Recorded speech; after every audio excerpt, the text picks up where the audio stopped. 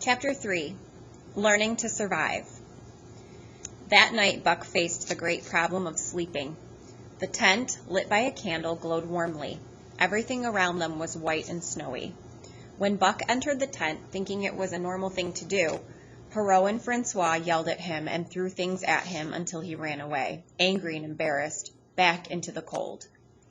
A chill wind was blowing that nipped him sharply. He lay down on the snow and tried to sleep, but the frost soon drove him shivering to his feet. Miserable, he wandered around among the many tents, only to find that one place was just as cold as another. Here and there rude dogs tried to bully him, but he bristled his neck hair and snarled, for he was learning fast how to fight back, and they let him go on his way without bothering him any more. Finally, an idea came to him. He would return and see how his own teammates were sleeping. To his surprise, they had disappeared. Again, he wandered around the large camp looking for them, and again he returned without finding them. Were they in the tent? No, that could not be, or else he would not have been chased out. Then where could they possibly be? With drooping tail and shivering body, feeling very lost and alone, he circled the tent. Suddenly, the snow gave way under his front legs, and he sank down. Something wriggled under his feet. He sprang back, bristling and snarling, afraid of the unknown. But a friendly little yelp reassured him, and he went back to investigate. He smelled a whiff of warm air, and there, curled up under the snow in a snug ball, lay Billy. He whined, squirmed, and wriggled to show that he was friendly, and even licked Buck's face with his warm, wet tongue. Another lesson. So that was the way they did it. Buck chose a spot, and with much fuss and hard work, dug a hole for himself. Soon, the heat from his body filled the small space, and he was asleep. The day had been long and hard, and he slept soundly and comfortably, even though he growled and barked and wrestled with bad dreams. He did not open his eyes until the noises of the camp woke him. At first, he did not know where he was. It had snowed during the night, and he was completely buried. The snow walls pressed in on him from every side, and he felt very scared. His muscles tensed, and the hair on his neck and shoulders stood on end. With a ferocious snarl, he jumped straight up into the blinding day, the snow flying about him in a flashing cloud. Before he landed on his feet, he saw the white camp around him and knew where he was. Buck then remembered all that had happened from the time he went for a stroll with Manuel to the hole he had dug for himself the night before. Francois shouted when he saw Buck. "What did I say?" he yelled to Perrault. "That Buck for sure learns quick as anything." Perrault nodded with a serious look on his face. As a courier for the Canadian government carrying important mail, he wanted to get the best dogs, and he was happy that he had found Buck.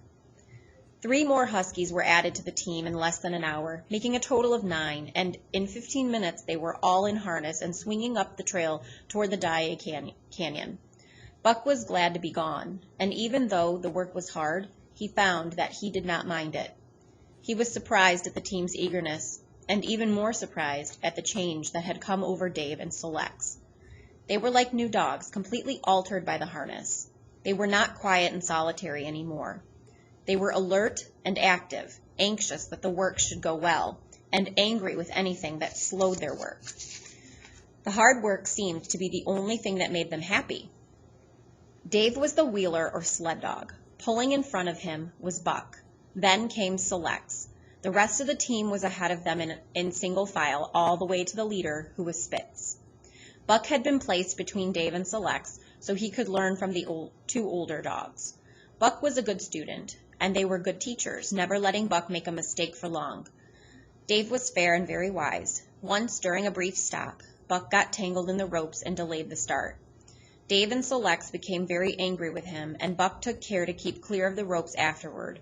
Before the day was over, he had done so well that Dave and Solex stopped bothering him about it. Perrault even honored him by lifting Buck's feet and carefully examining them. It was a hard day's run, up the canyon, through sheep camp, past the scales and the tree line, across glaciers and snowdrifts, hundreds of feet deep, and over the great Chilkoot Divide, which stands between the saltwater and the freshwater and guards the sad and lonely north. They made good time down the chain of lakes that fill the craters of extinct volcanoes. Late that night, they pulled into the huge camp at Lake Bennett, where thousands of gold seekers were building boats and waiting for the ice to break up in the spring. Buck made his hole in the snow and slept well, but he was woken up much too soon in the cold darkness and harnessed with the other dogs to the sled. That day they were able to run 40 miles because the snow on the trail was packed, which made the traveling easier. But the next day, and for many to follow, they had to break their own trail in fresh snow. This meant that they had to work harder and traveled slower. Perrault traveled ahead of the team, packing the snow with his snowshoes to make it easier for them. Francois guided the sled and sometimes changed places with him, but not often. Perrault was in a hurry, and he took pride in his knowledge of snow and ice. It was important to know about ice because they had to travel across it for months at a time. In the fall, the ice was very thin, and where there was fast-running water, there was no ice at all. Day after day, Buck worked hard. They always stopped and made camp in the dark, eating their bit of fish and crawling to sleep in the snow. By the time the sun rose, they were already many miles onto the trail again. Buck was very hungry. The pound and a half of dried salmon, which was his food for the day, seemed to go nowhere. He never had enough. The other dogs, because they weighed less and were used to this way of life, received only a pound of fish to eat and managed to stay in good shape. Buck quickly lost the neatness that was such an important part of his old life. He used to be a careful eater, but he found that the other dogs, finishing first, would steal his food.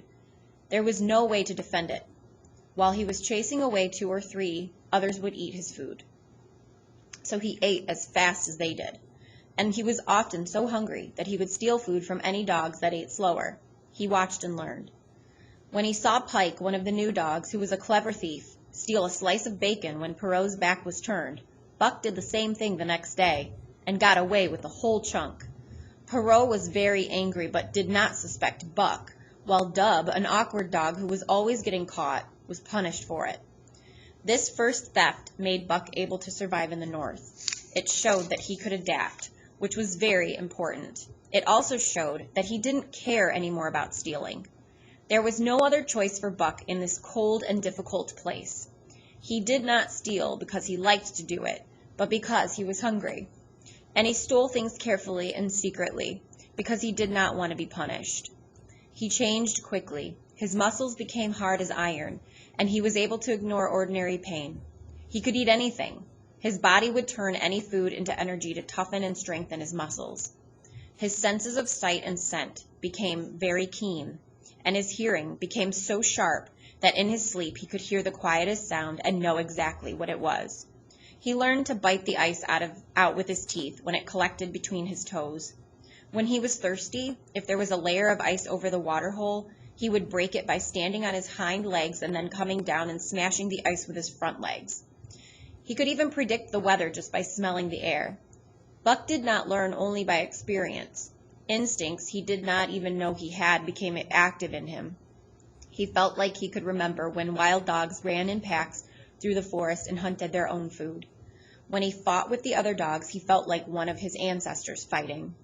This old kind of life and its tricks came to him without trying, as if they had always been his.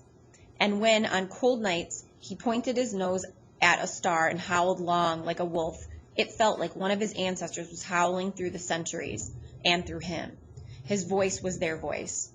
Buck's life had changed so much, all because some men had found a yellow metal in the north, and because Manuel was a gardener's helper who loved to gamble.